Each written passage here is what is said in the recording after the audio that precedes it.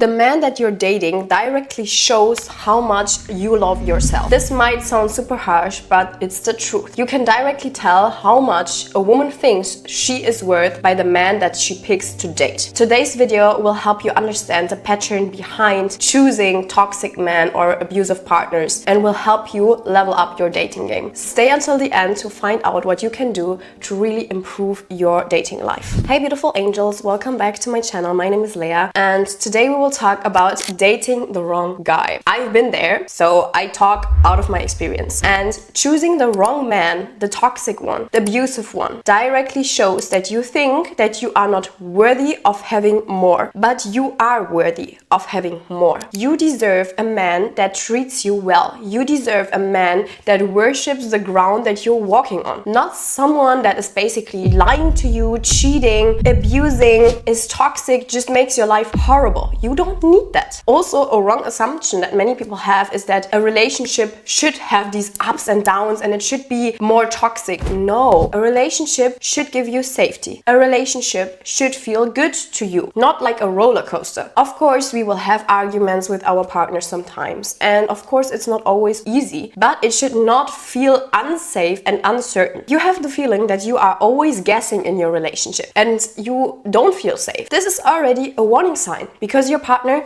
doesn't give you the feeling of safety. And today you will learn more about that because it's actually a pattern that we might even carry within ourselves from our childhood. And when we grow up, we see our parents. They directly function as role models for us. And we see what kind of partner our mother chooses. And from this point on, we learn more. And if you, as an example, had a father that was toxic and abusive, you directly think that this is maybe like normal because we always look for things that are familiar to us. And having like this toxic relationship from your mom and dad around you from a young age on maybe signalizes you that this is normal and that this is something that you should look out for in your future relationships as well. This then shows up when we grow older. We don't really feel attracted to healthy partners, to normal partners. We feel attracted to the ones that are lying, that are maybe like these bad boys, and this is the partner that attracts us. Of course, this means that this is horrible for us, but we still feel attracted to this person, and it's because it's familiar to us. But we can really break this pattern because you will never end up in a healthy and good relationship if you always choose those kind of partners. You need to choose the boring one. It sounds so simple, but it's actually not, because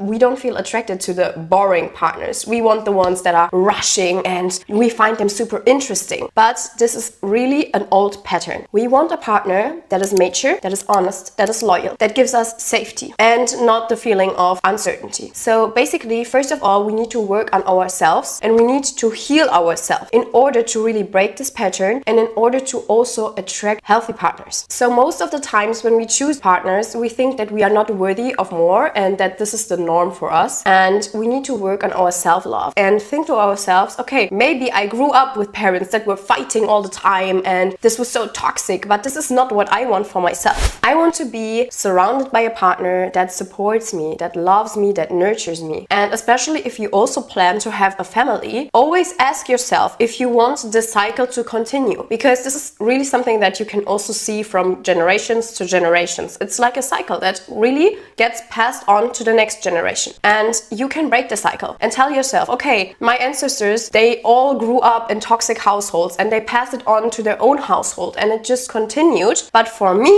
I will break the cycle. I want my kids to grow up in a healthy environment, in a healthy family. And the moment that you start to realize this is also the moment when you really see that you need to change something, because you cannot change something if you don't see the need in it. As an example, I had a friend and she was always attracted to really bad men, like really, but she never saw the problem in it. She always romanticized it and she was like, oh, but it's so fun and I love it. She was crying every day. It was not fun. It was really abusive and it was really hard for me to watch this. But at one point, she started to see it as a problem, and then she took herself out of it. She went to therapy, she read books on self-development, she worked on her self-esteem, and she started to see that she doesn't need these partners. They don't value her, they don't give her love, they just make her life super chaotic. And you don't need more chaos, especially if you come from a background with a lot of chaos. It's time to regulate your nervous system finally and break out of these toxic patterns. So as I already said, we need to work on our self-love and also break these childhood patterns. We need to see the green flags and the red flags, and we also need to reflect a lot. Look at your past relationships. What kind of partners did you date? How were they acting? And sometimes you might even see that you had similar partners, like similar characters, only in different partners. This is also a repeating cycle. As an example, when I was younger, I used to always attract narcissists. They were not the same person, but they were the same character, you know? And I started to realize this, and I saw the pattern behind it. And this was the first thing that I needed in order to really change, because then I started to educate myself and I became aware of that. As an example, I grew up with a narcissistic father. So basically, this is already familiar to me. And this was why I was looking out for these patterns, because it's familiar to me. But I don't want that for myself. This should not be familiar to me. So I started to see the problem and educated myself. And now I'm more aware. Like when I date someone, I directly see the signs. And something else that also really helped me is to understand that love should not feel like war. Love should feel like peace. And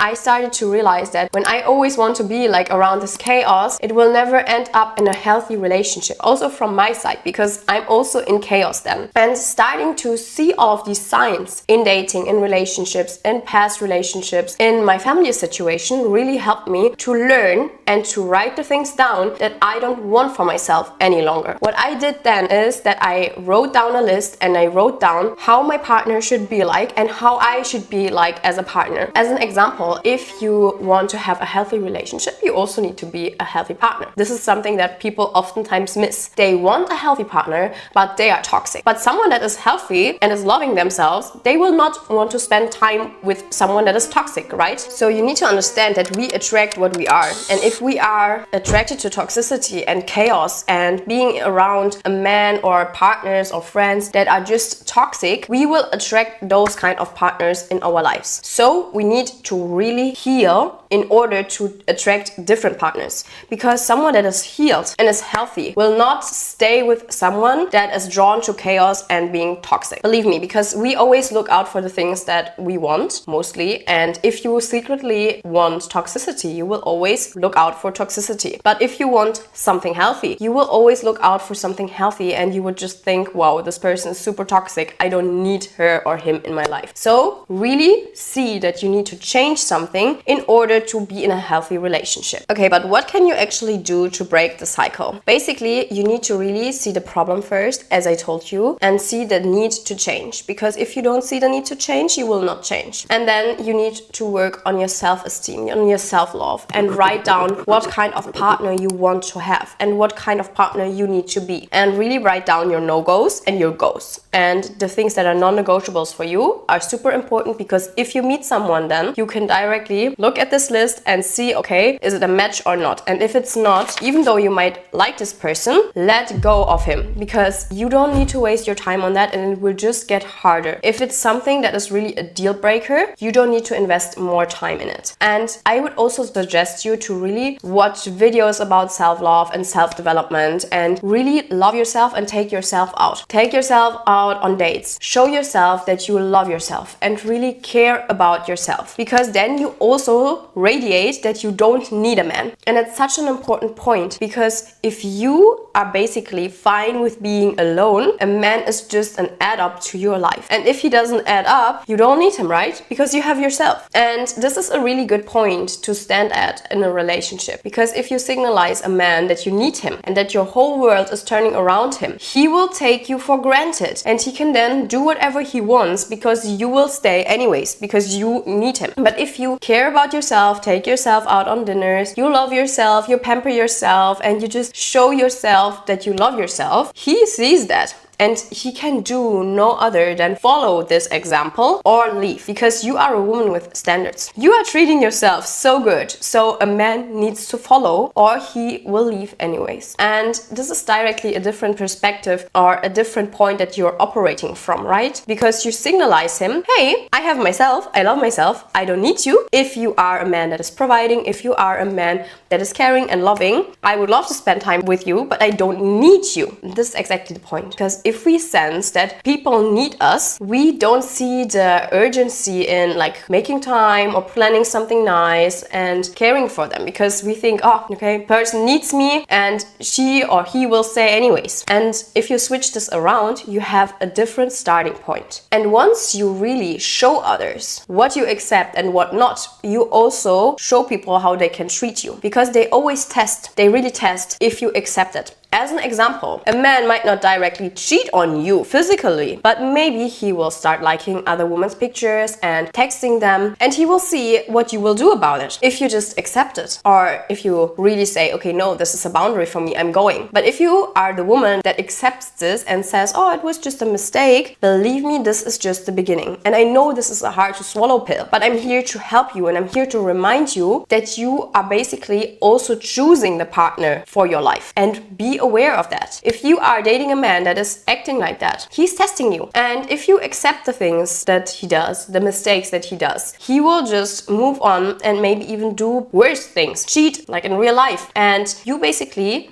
show people how they can treat you or not. And this directly radiates a really confident energy, because people know you don't need them and you have yourself, and you accept nothing but the best, because you are also giving yourself nothing but the best, and they have to follow.